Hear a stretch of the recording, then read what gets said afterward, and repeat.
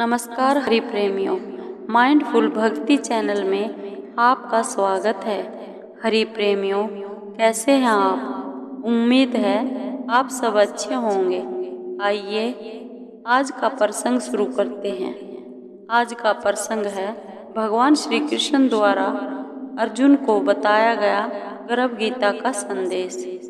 हरि प्रेमियों, वीडियो को अंत तक जरूर देखना।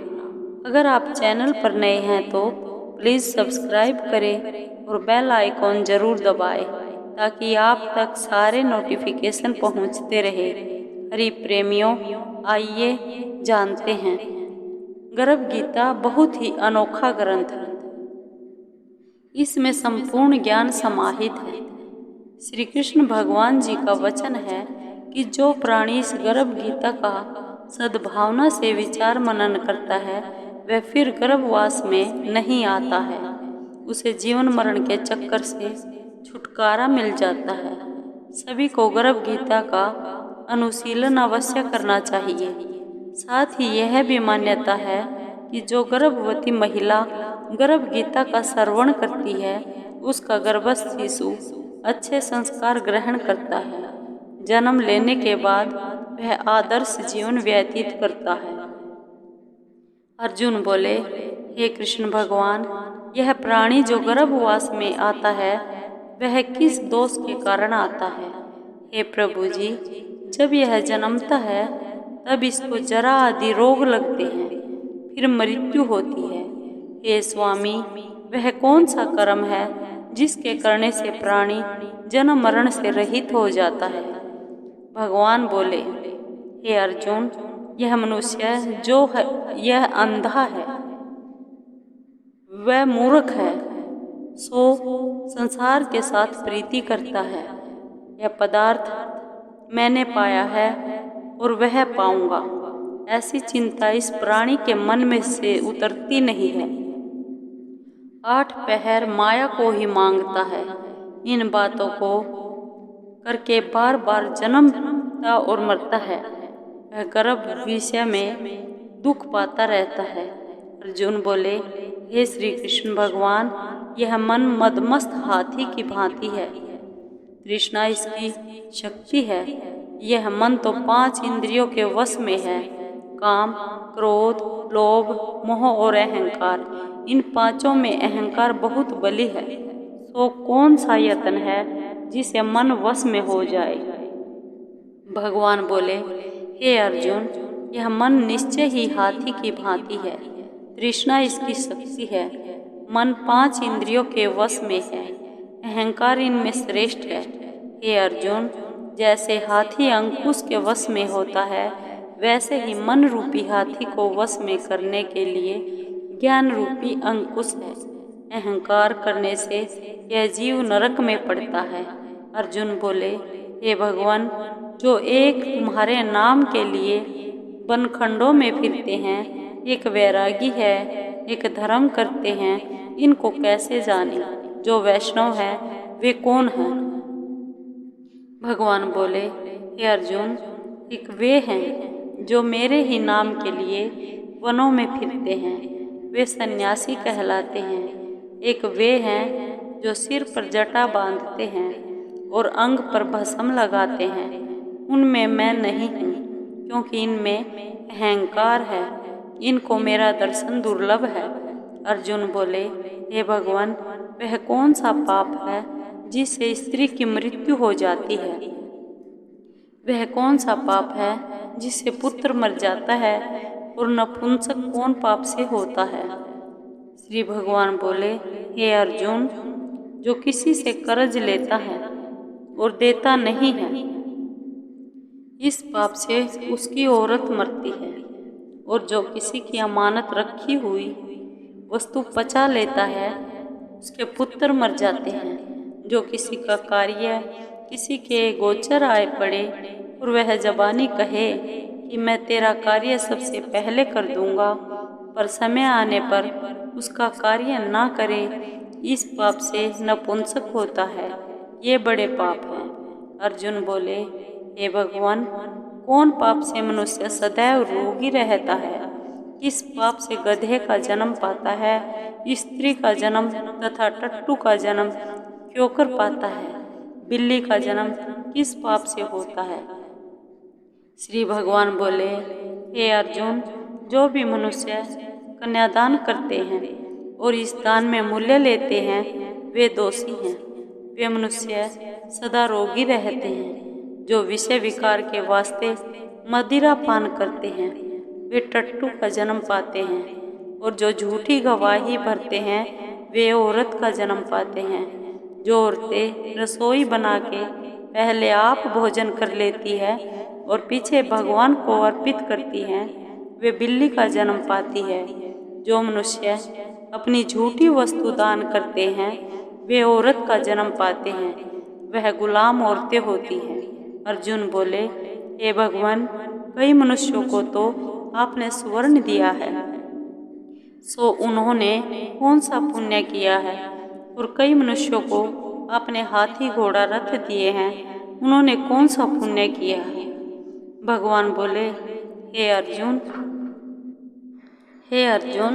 जिन्होंने स्वर्ण दान किया है उनको घोड़े वाहन मिलते हैं। जो परमेश्वर के निमित्त कन्यादान करते हैं सो पुरुष का जन्म पाते हैं।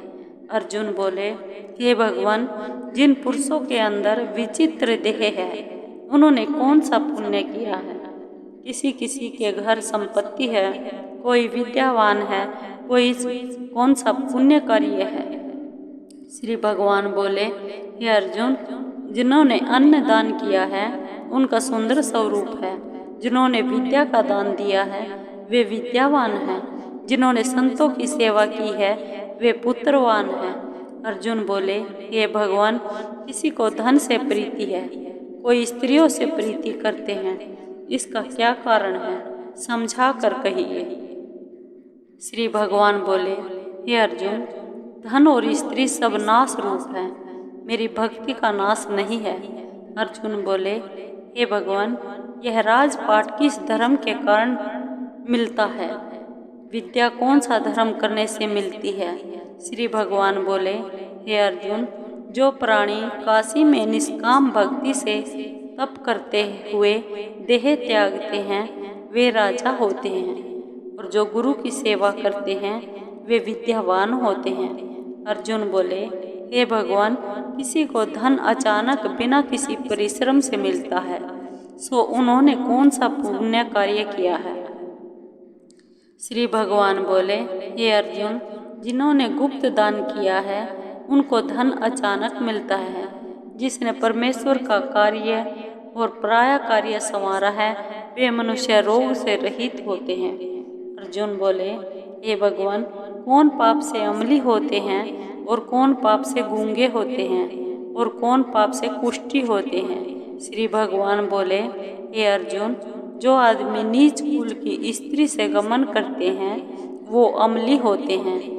जो गुरु से विद्या पढ़कर मुकर जाते हैं सो गूंगे होते हैं। जिन्होंने गोघात किया है वे कुष्ठी होते हैं। अर्जुन बोले, हे भगवान, जिस किसी पुरुष की देह में रक्त का विकार होता है वह किस पाप से होता है, और दरिद्र होते हैं वो किस पाप से होते हैं। किसी को खंड वायु होती है और कोई अंधे होते हैं तो कोई पंगु होते हैं, सो कौन से पाप से होते हैं। और कई स्त्रियां बाल विधवा होती हैं तो यह किस पाप से होती हैं। श्री भगवान बोले, हे अर्जुन, जो सदा क्रोधवान रहते हैं उन्हें रक्त विकार होता है। जो मलिन रहते हैं वे सदा दरिद्री होते हैं। जो कुकर्मी ब्राह्मण को दान देते हैं उनको खंड वायु होती है। जो पराई स्त्री को नंगी देखते हैं, गुरु की पत्नी को कुदृष्टि से देखते हैं, सो अंधे होते हैं। जिसने गुरु और ब्राह्मण को लात मारी है वो लंगड़ा व पंगु होता है। जो औरत अपने पति को छोड़कर पराये पुरुषों से संग करती है सो वह बाल विधवा होती है। अर्जुन बोले, हे भगवान, तुम पर ब्रह्म हो, तुमको नमस्कार है। पहले मैं आपको संबंधी जानता था, परंतु अब मैं ईश्वर रूप जानता हूँ। हे पर ब्रह्म, गुरु दीक्षा कैसी होती है, सो कृपा कर मुझको कहो। श्री भगवान बोले, हे अर्जुन, तुम धन्य हो। तुम्हारे माता पिता भी धन्य हैं जिनके तुम जैसा पुत्र है। हे अर्जुन, सारे संसार के गुरु जगन्नाथ हैं। विद्या का गुरु काशी, चारों वर्गों का गुरु सन्यासी। सन्यासी उसको कहते हैं जिसने सबका त्याग करके मेरे विषय में मन लगाया है, सो ब्राह्मण जगत गुरु है। हे अर्जुन, यह बात ध्यान देकर सुनने की है। गुरु कैसा करे? जिसने सब इंद्रियां जीती हो, जिसको सब संसार ईश्वरमय नजर आता हो और सब जगत से उदास हो। ऐसा गुरु करे जो परमेश्वर को जानने वाला हो और उस गुरु की पूजा सब तरह से करे। हे अर्जुन, जो गुरु का भक्त होता है और जो प्राणी गुरु के सम्मुख होकर भजन करते हैं, उनका भजन करना सफल है। जो गुरु से विमुख है, उनको सप्तग्रास मारे का पाप लगता है। गुरु से विमुख वाणी दर्शन करने योग्य नहीं होती। जो गृहस्थी संसार में गुरु के बिना है, वो चांडाल के समान है। जिस तरह मदिरा के भंडार में जो गंगा जल है वह अपवित्र है, इसी तरह गुरु से विमुख व्यक्ति का भजन सदा अपवित्र होता है। उसके हाथ का भोजन देवता भी नहीं लेते। उसके सब कर्म निष्फल हैं। कुकर, सूकर, गदर, काक, ये सब की सब योनियां बड़ी खोटी योनियां हैं। इन सब से वह मनुष्य खोटा है जो गुरु नहीं करता।